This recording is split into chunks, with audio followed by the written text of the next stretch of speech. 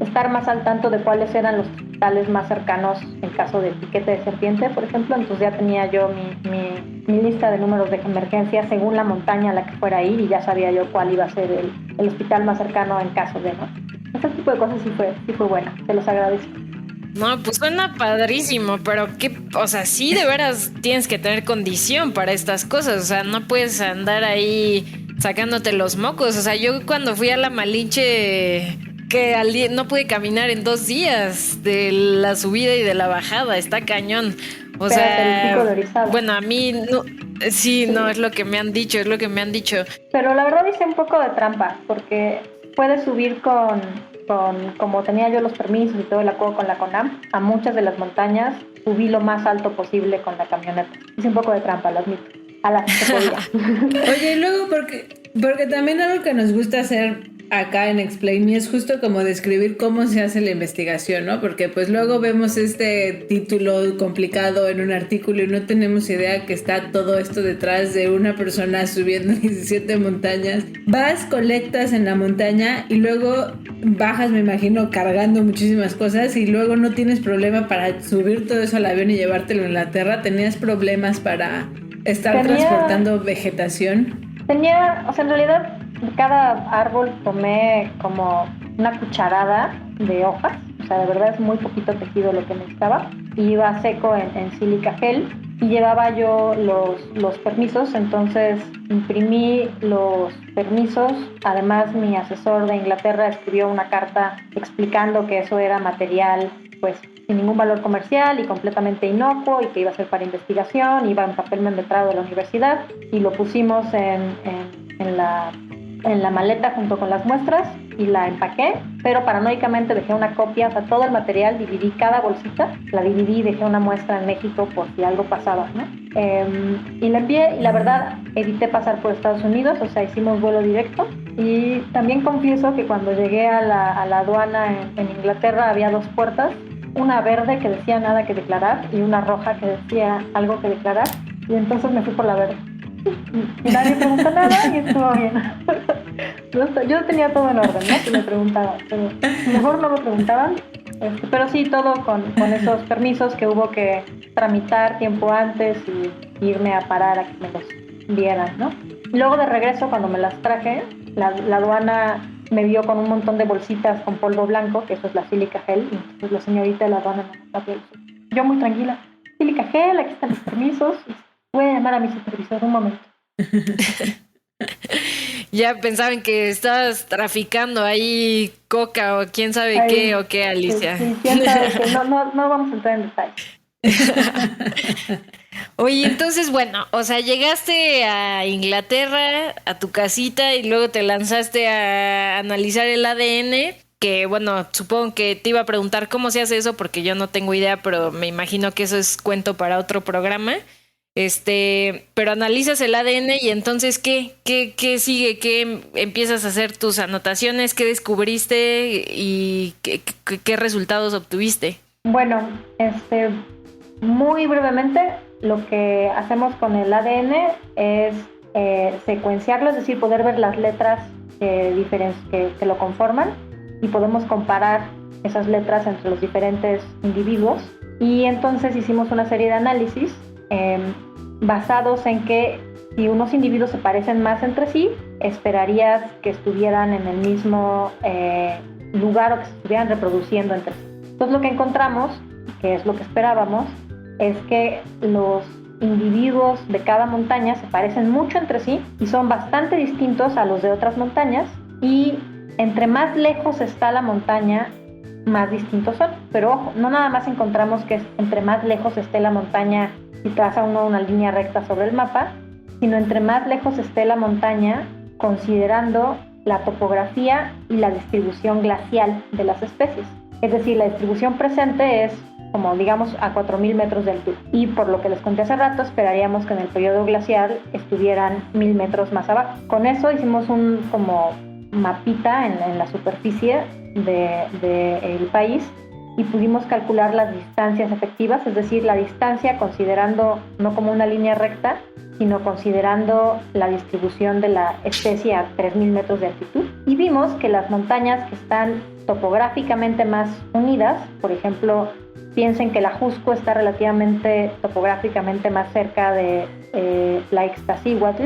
En realidad, si hacen una línea, pues no están tan lejos entre sí, pero hay muchas montañas que los unen, digamos. En cambio, la Malinche, pongo mejor ejemplo, perdón, me enredé. La Malinche y el Iztaccíhuatl están más o menos a la misma distancia que el Iztaccíhuatl y el Nevado de Toluca, pero topográficamente hablando, hay más montañitas que unen a el Iztaccíhuatl y al Nevado de Toluca que a la Malinche, que está como en medio de un valle. Entonces lo que encontramos es que si estabas más cerca, digamos, considerando la topografía entre montañas, su distancia efectiva sería menor y genéticamente se parecen más. ¿Eso qué quiere decir? Que entonces cuando las especies en el Pleistoceno, en las épocas glaciales, se distribuían un poco más abajo, a lo mejor sí había individuos que se mezclaran entre lo que ahora es el Nevado de Toluca y la Iztaccíhuatl, y en cambio que había montañas que estaban más aisladas, como la Malinche o el Cofre de Perote, que estuvieron más aislados siempre. Entonces ese fue uno de los primeros descubrimientos y es, digamos, congruente con la idea de la distribución glacial interglacial. ¿Y te digo el otro? ¿O me espero alguna pregunta? Sí, pues sí, di una.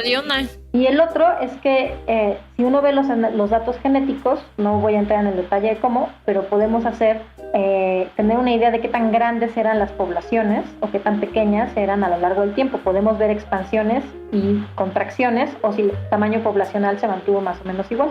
Entonces, si las poblaciones de estas dos especies se mantuvieran en las islas en el cielo, sentadas, subiendo y bajando 1000 metros de altitud, pero sin salir de su isla, esperaríamos que sus tamaños poblacionales se parecieran entre las dos especies a lo largo del tiempo y que no hubiera una enorme expansión o una enorme contracción, sino que se mantuvieran más o menos estables. Y esto fue justo lo que encontramos. Encontramos o pequeñas expansiones o en general tamaños poblacionales pues parejos, ¿no? O sea, que no hubieron grandes cambios entre un momento y otro. Y esto es congruente con que las montañas estuvieran facilitando que las poblaciones pues permanecieran ahí aisladas. Esto no se ve, por ejemplo, cuando uno estudia otras especies que están en latitudes más al norte. Vuelvo a poner el ejemplo de Europa y Inglaterra, porque ahí lo que se ve es que después de la glaciación, por ejemplo, cuando se retiran los hielos, los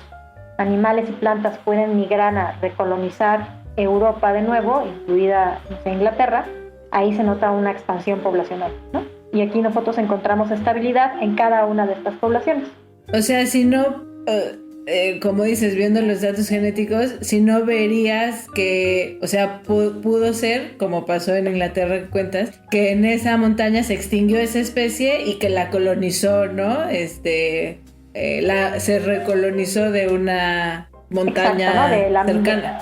Pero eso no pasó. No, o sea, eso no pasó, sino que todas las poblaciones, o sea, población 1, 2, 3, 13 de Coniferus, estuvieron cada una sobreviviendo en su montañita, viendo pasar los periodos glaciales, mientras que en otras partes del mundo y también de México, en los valles, las zonas se estuvieron recolonizando por las especies que se extinguían con los cambios climáticos.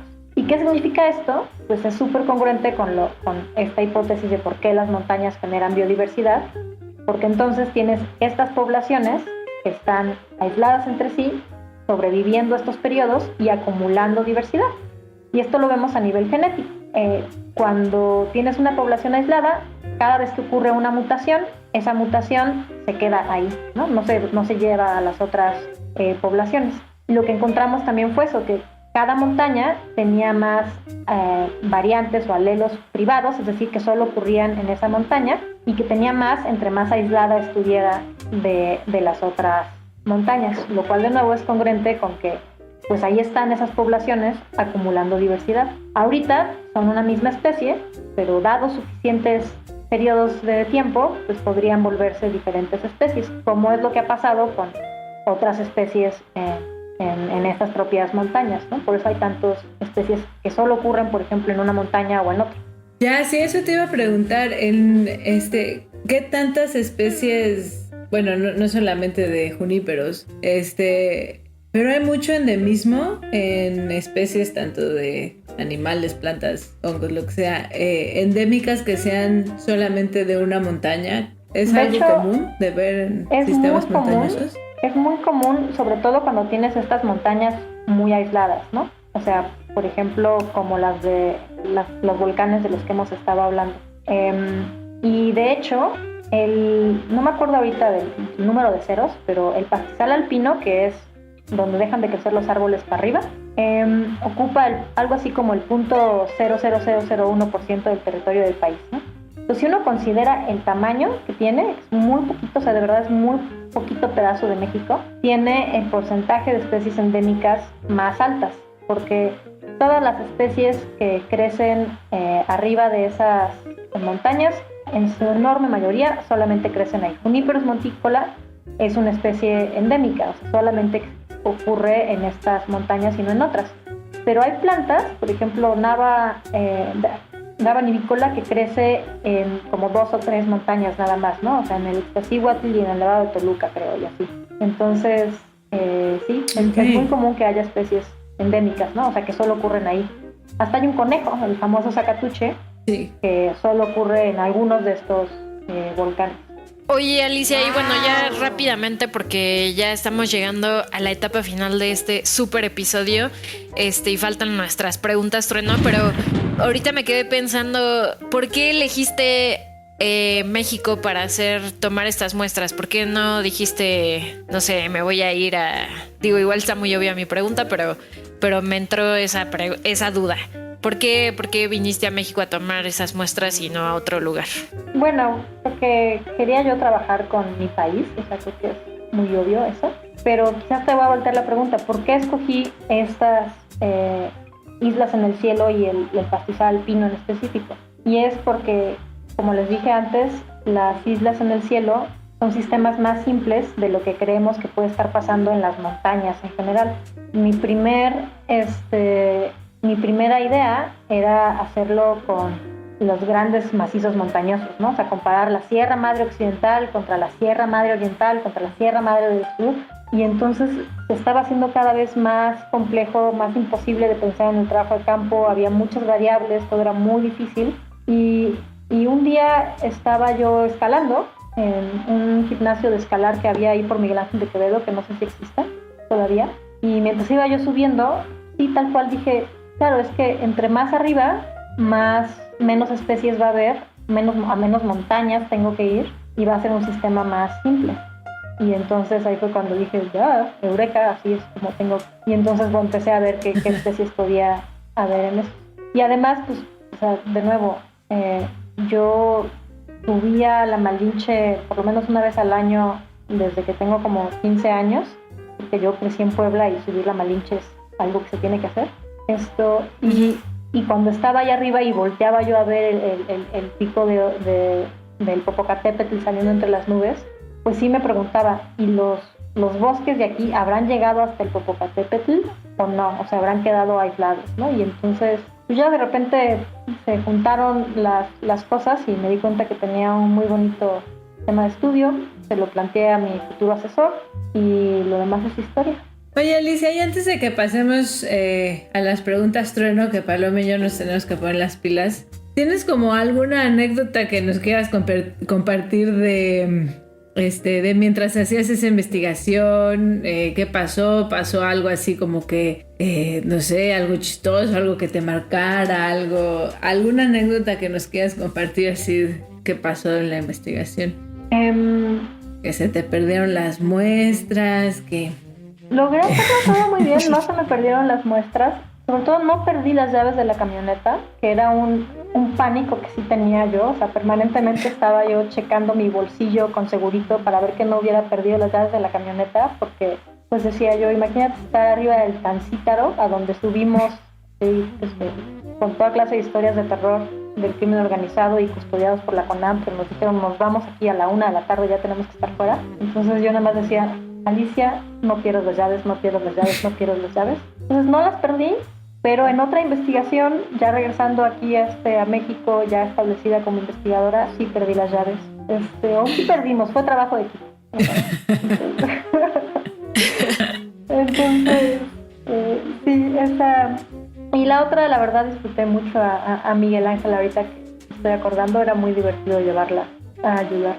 Sí.